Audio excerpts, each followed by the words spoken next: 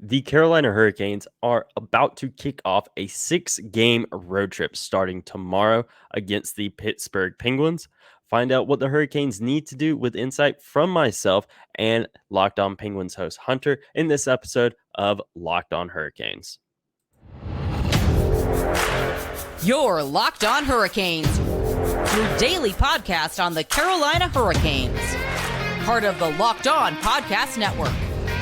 Your team every day.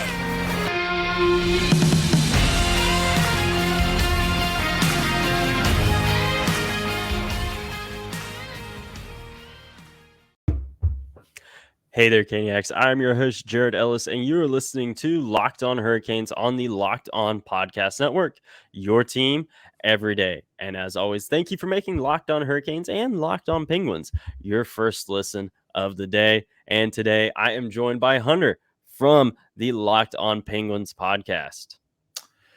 Good to be here, Jared. I think this is probably the first crossover we've done. We were really close last year to doing one in the playoffs. I was getting ready to buy a ticket to go down to Raleigh until Louis Domingue decided to screw some things up with that. But I'm glad we're doing one now. I'm also glad that the two teams are playing in November and not playing all 4 games in February and March and April like they did last season. Yeah, speaking of that, we already closed our season series against Edmonton and Colorado. It's crazy that, we're just now playing each other for the first time here at the tail end of November, and we're already done with season series for other teams. It's crazy to think about. And, another thing that's crazy, we're both like day one, like Locked On NHL hosts, and we've never done a crossover before. Yeah, it's weird, because the Penguins and Hurricanes, they've been playing each other in the same division for the last several years now. So you'd think we would do this, at least the one crossover. But I'm glad we're doing it now. Two teams that are in a playoff position. The Metro's a lot more competitive this season. But I figured I would ask you, Jared, just to kick this off. The Hurricanes, they've been struggling a little bit as of late, lost 8 of their last 11, but they've gotten points in 8 of their last 11 games, which is obviously good. What has been the big reason why they've been struggling to win some games during this last stretch, where I also believe they lost 5 in a row compared to in the early parts of the season where they came out playing really well? Yep. They're able to snap that 5-game losing streak the other night against Calgary, which is obviously really good. But those losing efforts really come down to 2 things, really. Special teams, specifically power play, which has been abysmal. Last I checked, the power play was 30th in the NHL. It was not great.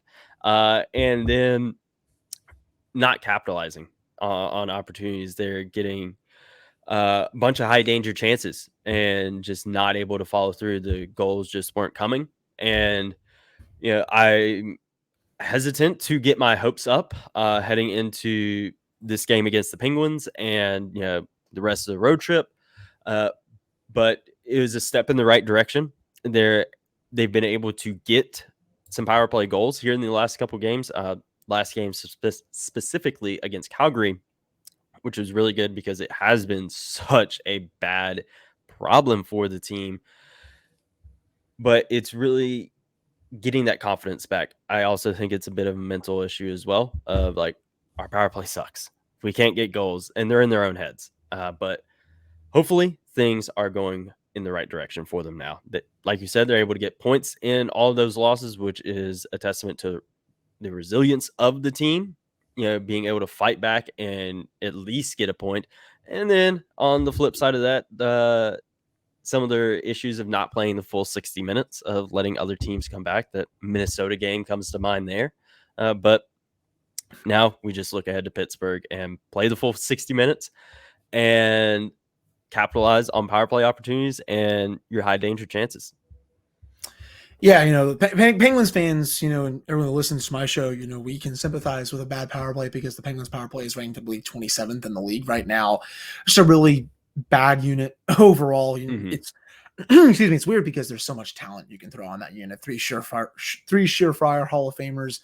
Jake Gensel, who's one of the 10 best goal scorers in the league. I would put him up there as top 5 in my opinion. And then you can trot out whoever you want. Rickard Rakell, Brian Rust, though he struggled. They have Jeff Petrie up there right now. So, we can definitely sympathize with that. And my apologies. I think it's 7 of the 11 games because you won 3 and then got the loser point in the other 4. But I have noticed though as well for your team, I think the big guns are playing like the big guns. Sveshnikov's been great.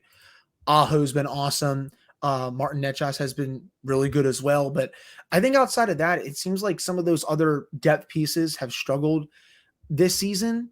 I was reading today from Adam Gretz of Pittsburgh, who does a great job just looking at the week ahead for the Penguins. And I actually did not know that the quartet of Seth Jarvis, Teuvo Teravainen, Paul Stastny, and Jesperi Kotkaniemi only have 6 total goals this season. I just did not expect to see that at all, especially from someone like Teravainen, who I think is one of the more consistent players. And you signed Paul Stastny for very cheap over the summer. You're paying Kotkaniemi a lot of term with a decent AAV. What has been missing in their games this year that's just having them not produce right now? Yeah, so Teuvo, he's out hurt right now. Yes, right. And he's not a goal scorer. He's definitely a pass first kind of guy. But he's got just won't come in for him. Seth Jarvis, with him, he's definitely carrying the load there for the goals. But with him, he definitely hit a bit of a early season wall of just struggling to get things going. And I forget which game. I forget if it was the Calgary game or the game before. He was finally able to get back on the board, which is great for him. Stastny, I don't know what is going on there. I really don't. It was one of the earlier games. He had 1 goal, but it ended up getting called back. And Jesperi, he got his first of the season in the last game. So he's one that he's been knocking on the door a lot this season, but it just hasn't opened up for him yet. I really hope that the door's going to open for him this season. I feel he has been one that's not necessarily struggled, but is still fitting into his new role as that second line center, taking over from Vincent Trocheck and just getting used to that role. The more responsibility, more ice time. And I feel he's just trying to get used to that. And, Brent Burns was the same way earlier in the season. He started to get things going a bit in terms of offense. He's still struggling a bit defensively. And making some mistakes there, but I think that just comes with being in a new system after being in the other one for over a decade. So, I think Jarvis, he's just hitting a bit of a wall. He just needs that 1 goal, to start getting some confidence back. Kotkaniemi, he's there now. Stastny, your guess is as good as mine. Yeah, and my apologies for the Teravainen thing. I knew that he had been hurt. I was just wondering if he was still out because I don't think he was on IR last time. No, he was not. With him, Brind'amour said this morning after practice that he is traveling with the team on this road trip. Whether or not he plays in that game against Pittsburgh, that is going to be up to Teuvo. If he's ready to go, he'll play. If he's not, they're going to be rolling with the group that they've been rolling with. Yeah, that, makes a ton of sense. And, you look at the rest of the Hurricanes lineup. I mean, it's, 4 very deep lines. Obviously, old friend Jordan Staal still centering the third line. I think every Penguin fan out there, most of them, I would say, have fond memories of him. And it's hard to believe it's been about 10 years since the trade happened. So that time just flew by. But, defensively, Jared, that's, I think, where the Hurricanes also, make their name. Obviously, they're great with shot attempts, scoring chances, high danger chances, and they can score at will. But defensively, they have some very good players. And it all starts with Jacob Slavin. I think he's one of the 10 best defensemen in the league. He can do it all. And then, he's also playing with Brent Burns, who, I was kind of surprised that they got him over the offseason just because I didn't know who was going to trade for his contract. Brady Shea, Brett Pesce, Calvin DeHaan, and then Jalen Chatfield. What have you seen from Brent Burns thus far? Just overall, has he really been turning it around a little bit after a couple of down years in San Jose? Has playing on a winning team helped him a bunch? And overall, just what are your thoughts on the defensive group this season? Yeah, so as a whole, the defensive group, I do like it. They have been, making some mistakes, Burns especially, just some bad decisions, some lapses. But like I said, he played in San Jose for over a decade. I think it was 11, 12 years he played out there. So, he is going to take some time to get used to a new system. And, I think, has started to put things together offensively, between goals and assists, really starting to rack them up, which is great. And, I think with him, he's paired with arguably the best defensive defenseman in the NHL. So, he can do his thing. Brent Burns is an offensive defenseman. He can do his thing, because Jacob Slavin is so good at what he does.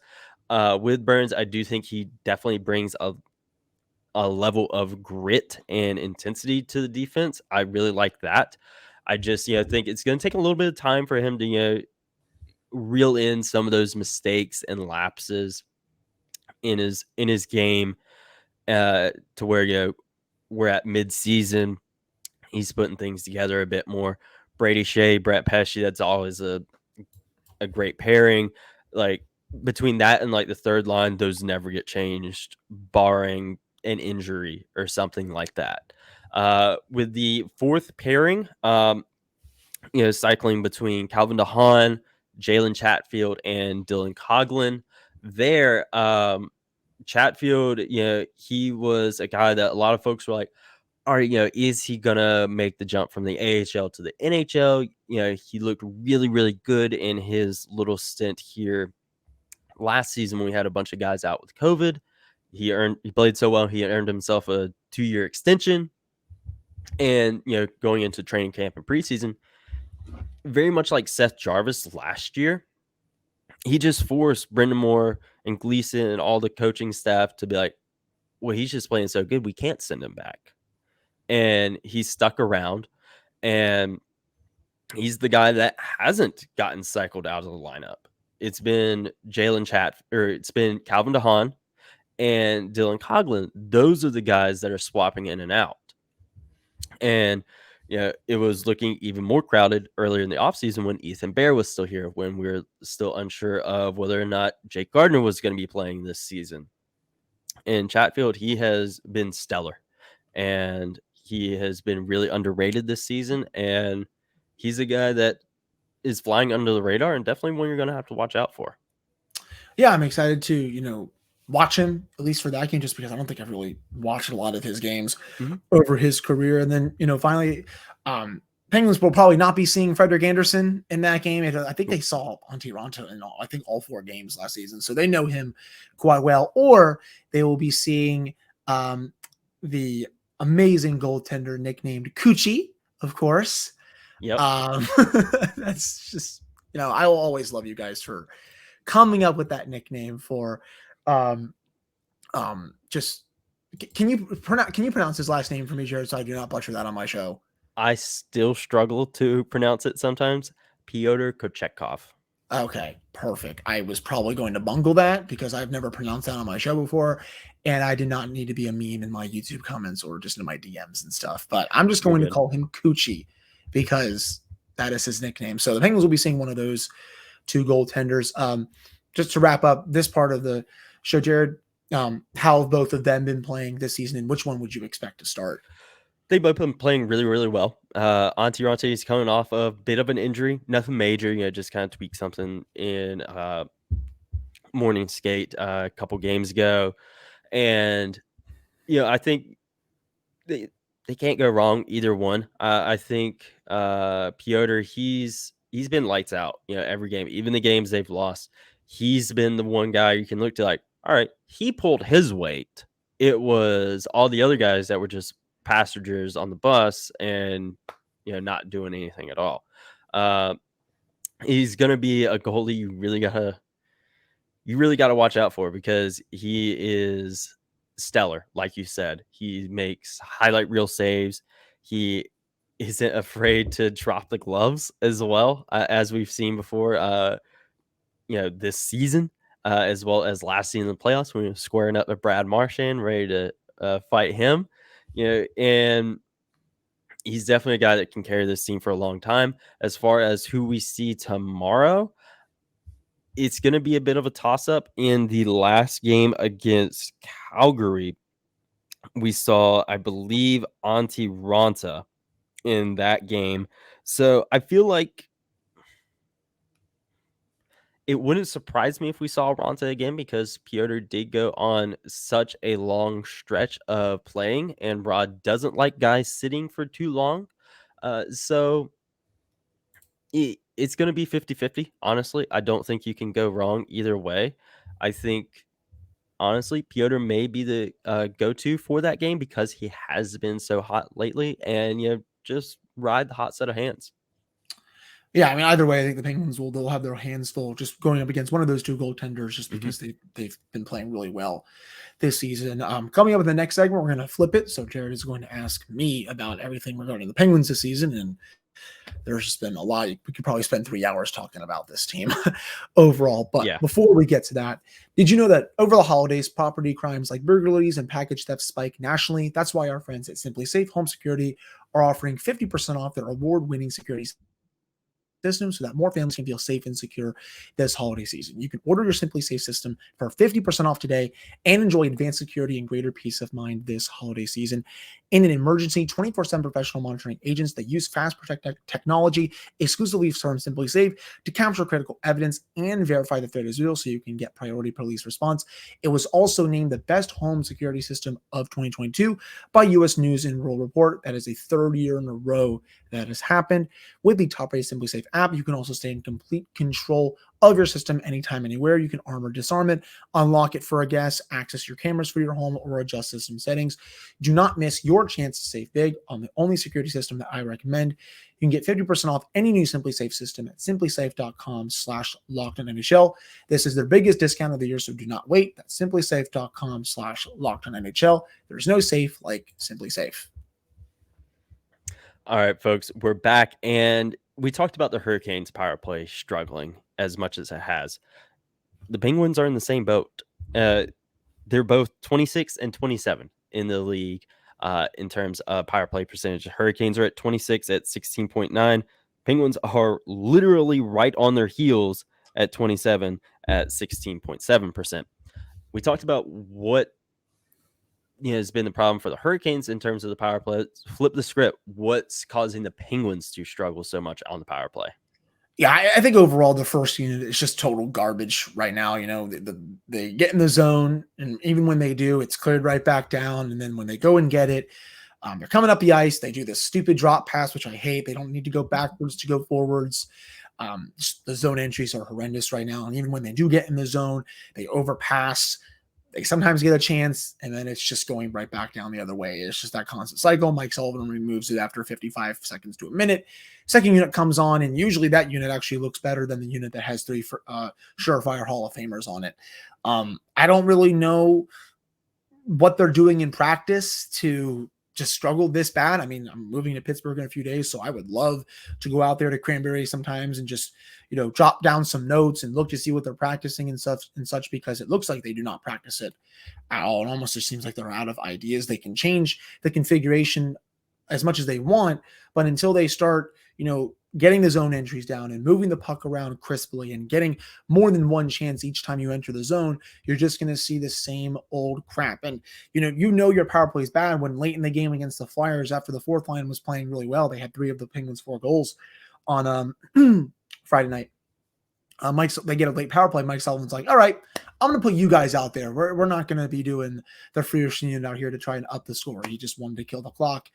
And, I think the first unit should be, I shouldn't say ashamed, but they should feel a little like, wow, I think that's a code for us to wake up. The second unit has been much better with getting chances. That unit usually consists of Jason Zucker, Danton Heinen, Jeff Petrie before he got moved up to the top unit. Jeff Carter, I think, is on there at times. So they just need to be more consistent, and they need to stop trying to pass the puck into the net and just, work the puck around the big guns. Letang needs to keep shooting more from the point. They need to get more traffic in front of the net. And, they get back to doing what they were doing last season, the year before that. This power play should be better. This power play should be fine, because they probably would have won a few more games at this point in the season, even though they're in the playoff spot right now. They would probably have a few more wins if the power play wanted to just wake up every now and then. that sounds really familiar.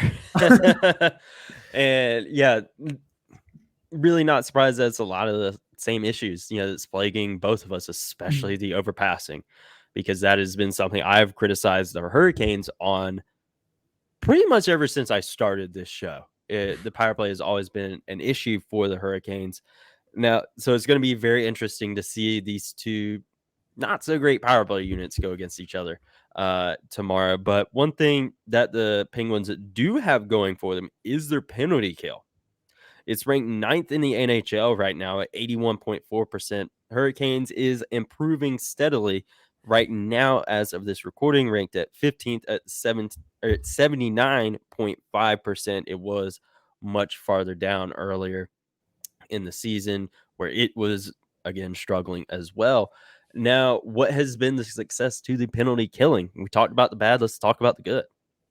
Yeah, I mean, the penalty kill, it didn't start out good, to say the least. It was close to dead last in the league. They were giving up basically a goal per game the first few weeks of the season. And then it started to turn around a little bit. The goaltending was improving. I think this latest stretch, they're getting, I believe it's like 940, 942 save percentage on the PK from both Jari and DeSmith. That obviously plays a big role. But, even before then, it was starting to turn around because they were getting more aggressive coming up to the puck carriers. They weren't just sitting back like they were and just being way too passive. And when you also couple that with Teddy Bluger then returning after a lengthy absence, this unit is 17 for 17 since Bluger returned on November 15th, 2 weeks ago. That is huge. He is great at blocking shots. He is great at getting his stick in passing lanes, and he honestly, that unit will go as far as he will take them, I think is the way to say it. And it's been a huge catalyst for this turnaround. You can get by with kind of a meh power play and a good penalty kill, but you can't win games if both of your special teams units are really bad. And that's why I kept saying on my show, I'm like, if they can really turn that unit around and get better goaltending on it, that can really just get games going in the other direction for the Penguins, so they're not making all these losing plays when they're down a man. Sure enough, that ended up happening, and you saw them rattle off 5 straight wins, and they won 7 out of 9 before laying an egg against the Leafs on Saturday. I think that was mainly due to them being tired. They played 3 games in 4 nights. I don't think they have another back-to-back for the next several weeks at this point. But yeah, that unit has been great lately, and it needs to continue, especially if the power play is going to continue to stink. Yeah, it's very much in the same boat as the Hurricanes. For a stretch there, the PK was abysmal as well. These teams are in similar-ish positions. The Hurricanes have been able to rattle off some points, even in some overtime losses to keep them solidified in a playoff spot. The Penguins were able to get in that second wild card spot the other day, after kind of being on the outside looking in there for a little bit. But we're talking about how big of a special teams are going to play a role in this game. But one thing I think that is also going to play a role is how good these teams are in the faceoffs, because we got 2 top 10 teams in the NHL and faceoff win percentage right now. Penguins are at number 10 at 52.2%. The Hurricanes are at number 4 at 53.1%. And they're so evenly matched. Hurricanes with the slight edge of being able to gain that edge. While some people may not think of it as super, super important, but when your power plays are struggling as bad as these teams are, every little bit helps. Especially the Hurricanes are trying to get that losing streak off their back, get a winning streak started. Penguins, they're starting to get the ball rolling a bit. I feel that that's going to be something that plays a factor in this game. And your old friend Jordan Stahl is phenomenal in the face-off circle. So how big of a role do you think gaining that small edge is going to play in this game? I think it could, definitely a little bit. I mean, some people always say that face-offs don't matter, and I understand what they're saying, but at times, they really do. And for as much as I've bagged on Jeff Carter this season, he's actually been one of their best face-off centers this year, and I think that's why he's continuing to have that third line center spot. Evgeny Malkin's been taking some face-off opportunities away from Sidney Crosby, especially on the power play. That's a new wrinkle that we really haven't seen Mike Sullivan do before. But I do think it can play a little bit of a role, especially going up against Stahl.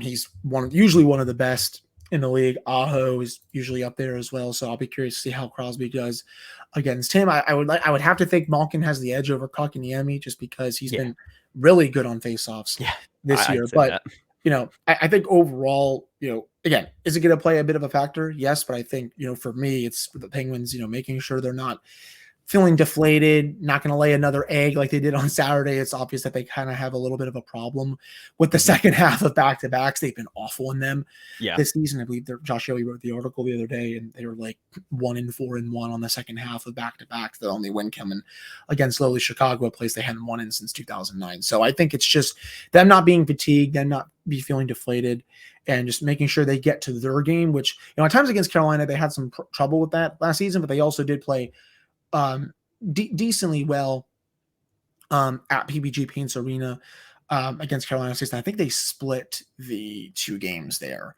and one of them was very tight, and then the other one the Penguins were able to win. I believe the score was 3-1. That was late in the season, so those were some fun games, and I'm excited to see how this one plays out as well.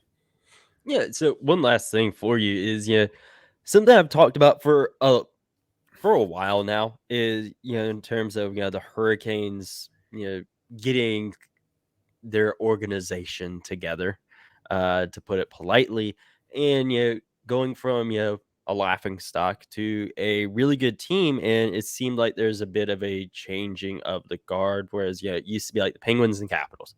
They ran the Metro, and, the Capitals are falling off.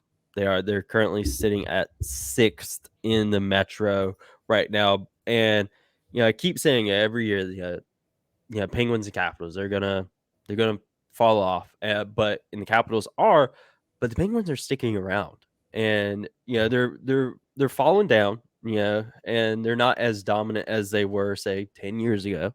But what is really helping the Penguins stay in the mix so much, even when they are an older team? Yeah, I mean, I think one of the biggest reasons, at least for me, if not the biggest reason, is the core. Evgeny Malkin and Sidney Crosby have been lights out. This season, Crosby is, I believe, top in the league in 5-on-5 points this season. He's top 10 to top 15 overall in points. He is playing at a ridiculous level once again, and that should not be a surprise. He's one season away from tying Wayne Gretzky's record of 19 straight point per game seasons. I think Sid is going to hit that this season. Malkin was fully healthy coming into the season. It has shown he has been awesome as well. Jason Zucker also playing great. He is finally showing why the Penguins acquired him just a few years ago, and why he deserves to make that $5.5 million this year. He's almost at a point per game pace. Jake Ensel is playing at a high level. It's been those top two lines that's really carried the load for the Penguins this year, and just the leadership group that the Penguins core has. There's just a belief in them that they can always win on any given night, and as the Penguins will go as far as that core will take them. Mike Sullivan, even when the team was on that 7-game losing streak, I was like, he's going to find a way to get them out of this. And sure enough, that's what a great coach does. They won 5 in a row, 7 out of 9 before dropping the game against the Maple Leafs. He's one of the 5 best coaches in hockey, and I think that's showing yet again this season. And also, the health. There was a crazy stat yesterday. The Penguins have been fully healthy for the last 6 to 7 games, knock on wood. That's the most amount of games they've been fully healthy for dating back for the last decade. Like a fully actually healthy lineup. That just goes to show how the injury luck for them has always been bad. And the fact that they've been relatively healthy for most of the season, now fully healthy, that goes a long way as well, because they can finally ice the lineup that, they wanted to have over the offseason. They couldn't even do it last season, for God's sakes. It was just so bad. But, those are the main reasons why I think the team is just, still in contention, even though it's a bit of an older group. The core players are, making their money's worth. I think if Chris Letang is able to really start turning his season around, that's only going to make the Penguins a bit more scarier to go up against. But, at least for me, those are the main reasons why I think this team should never be counted out, at least, with many media pundits and stuff. Yeah. And Yeah, it's just crazy to think of just how they're able to stick around so much. But we'll get into our predictions for this game tomorrow, right after this. Folks, betonline.net is your number one source for your sports betting infos, news, and analysis. Get the latest odds and trends for every professional and amateur league out there, from football to basketball to soccer and esports. They've got it all at betonline.net. And if you love sports podcasts, you can find all those at betonline as well. The World Cup is going on right now, so make sure you're going over to betonline to get your betting fix, because they are the fastest and easiest way to get that betting fix. So head to the website today or use your mobile device to learn more. Bet online, where the game starts. Now, Hunter, this is the first matchup for these two teams this season. And, we're going to see more of each other, as the season goes along. Of course, still relatively early in the year. Folks are still trying to get their feet under them, especially here with the Hurricanes. We've got a lot of guys out. Pacioretty still hasn't played. Kasha hasn't played since the first game of the season. Anderson's out. Tavo's out. It's going to be a different team, by the next time we play each other, because someone is going to be back in the lineup, hopefully, at least. But what are you predicting to see in this game, whether it be a win, a loss, guy, or guys that have good games, guys that have disappointing games? What are you expecting to see in this game? Yeah, I mean, I think it's going to be a really tight game. These two teams played four really good games against each other last season that were very tight throughout, and it was getting me honestly amped for a playoff series. I think after every one, I was like, man, it'd be great if these two teams could play in the playoffs again, because they haven't played it in the playoffs since 2009, and I think all Penguins fans know how that went with it all. But yes, we do.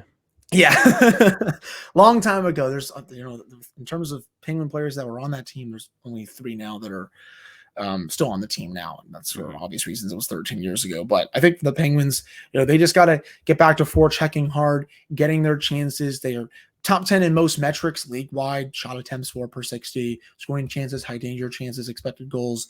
They're going to have their time in the offensive zone, but also to flip that, Carolina's also going to have their time in the offensive zone. Their underlying numbers are very good per usual. They gave the Penguins defenseman fits last season. I think that in the last game that the Penguins beat the Hurricanes in, I think it was a 3-1 game, Carolina was playing on a back-to-back, and you wouldn't know it based off how the Penguins were playing, but the Penguins were able to finish off their chances while the Hurricanes were not. And I think Tristan Jarry also made a lot of really good saves in that one. So, you don't want to repeat that kind of recipe to beat this Hurricanes team.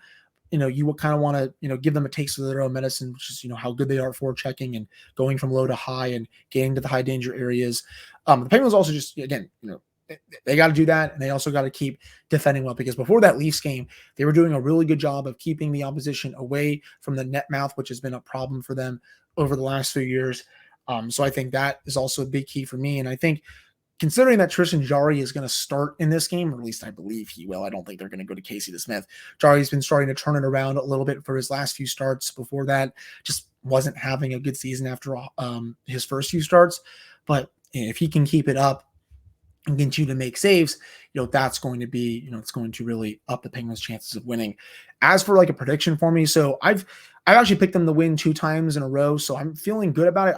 I think it's going to be a close 3-2 Penguins win. This is a 5-game homestand. They just played 13 of 19 on the road to open the season.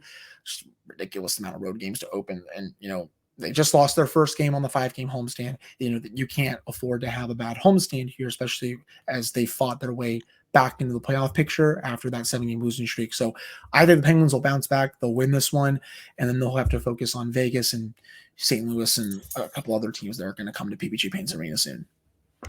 Yeah, with this game, I think that the Hurricanes are really going to have their ducks in a row. I know we don't have JD from Locked On Ducks here, but still had to get that metaphor in. But I think that the Hurricanes, they finally got their power play starting to go.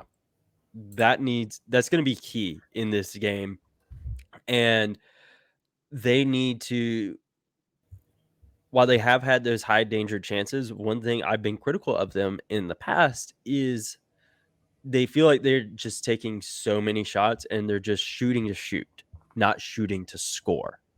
And I think, that's going to be really important here because, like you said, Jari, he's starting to get things going. And if he's going to be the guy that you're going against, you need to be, picking those shots well, capitalizing on those high danger chances, and tidying up those defensive lapses.